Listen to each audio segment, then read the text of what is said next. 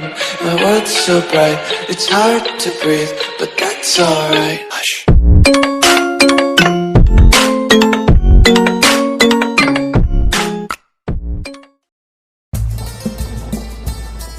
Mudik Lebaran merupakan suatu tradisi untuk berkumpul lagi bersama keluarga dalam suasana perayaan Hari Raya Idul Fitri atau orang biasa menyebutnya Lebaran.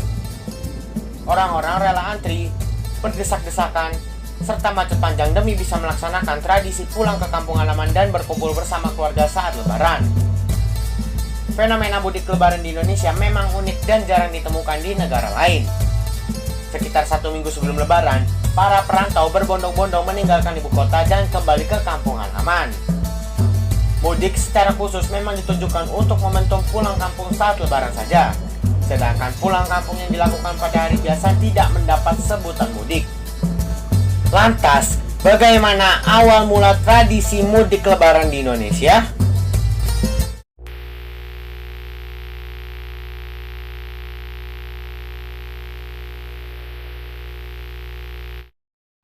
Seperti yang sudah berlalu sebelumnya, bahwa mudik berasal dari bahasa Jawa ngoko berarti muli dhisik, yang dalam bahasa Indonesia berarti pulang kampung.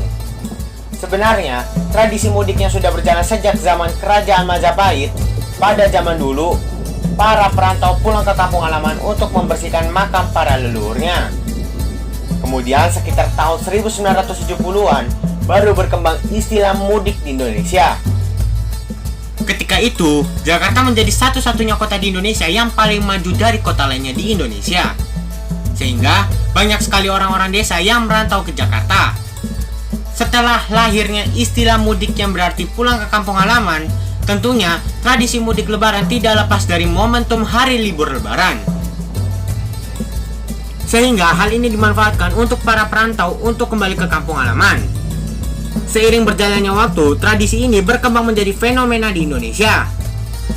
Hal ini tidak lepas dari peran penting media massa yang turut berkontribusi dalam membranding tradisi mudik.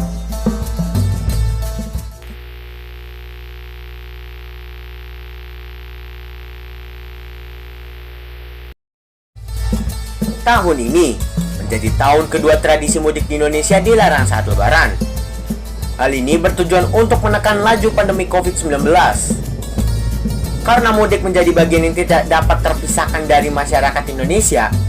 Karena sebelum pandemi, hampir semua masyarakat di daerah perkotaan berbondong-bondong pulang ke kampung halaman untuk merayakan Lebaran bersama keluarga di kampung.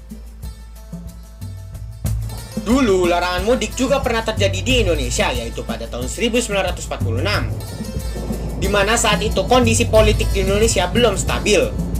Belanda dan Inggris masih menguasai beberapa kota besar di Jawa, sehingga untuk mengantisipasi kejadian yang tidak diinginkan, maka mudik pada tahun itu tidak dilaksanakan. Kemudian mudik Lebaran kembali tidak dilaksanakan pada tahun 1962. Dikarenakan pada saat itu pemerintah Indonesia sedang memusatkan seluruh tenaga untuk perjuangan dalam kerusuhan Irian Barat. Bahkan Presiden Soekarno pada saat itu membuat sebuah amanat setelah menunaikan sholat Idul Fitri di halaman istana pada 8 Maret 1962.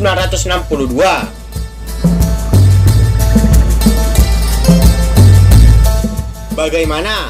Apakah tahun ini Anda juga sudah siap mudik Lebaran?